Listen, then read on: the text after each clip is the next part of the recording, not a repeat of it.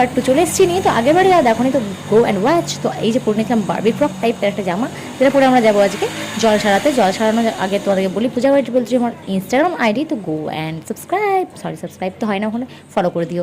যাই হোক, এরপর আমরা নাচ করবো কি করবো না ভাবতে ভাবতে আমরা পুরো রাস্তা কেটে গেল আর কি জল সারাতে গিয়ে। তারপর এসে রেডি হয়ে গেলাম। তো কেমন লাগছে আমাকে প্লিজ কমেন্ট করে দেখাও। আমি চেষ্টা করেছি পুরো বাঙালি স্টাইল নিজেকে রাখার, কখনো সেরকমভাবে লুক দেওয়া হয় না বাঙালি স্টাইলে, বা লুক দিয়েছি বাট কখনো বাইরে বেরোয়নি। হ্যাঁ হ্যাঁ, পরে বললেও তো হতো ভাই, এখনই বলতে হবে। যাই হোক, এরপরে যে চলে এলাম এখানে লস্যি খেতে। পাশের বাড়িতে আরেকটা বিয়ে ছিল, যেখান থেকে ভাই 4-5টা লস্যি খেয়ে এসছে, তাই আমাকেও একটা এনে দিয়েছে, সেটাও খেয়ে নিয়েছি। অ্যান্ড দেন চলে এলাম বরযাত্রী গাড়িতে, একদম বিয়ে বাড়ি পৌঁছে গেছি।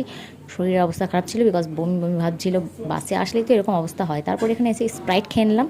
তো এটা খাওয়ার পর দিয়েছিল টিফিন, যেটা আমরা খাইনি, আমরা ব্যাগে ভরে নিয়েছি। বাঙালিটা কখনো টিফিন বরযাত্রী কখনো খাই না, সেটা আমরা বাই নিয়ে চলে যাই।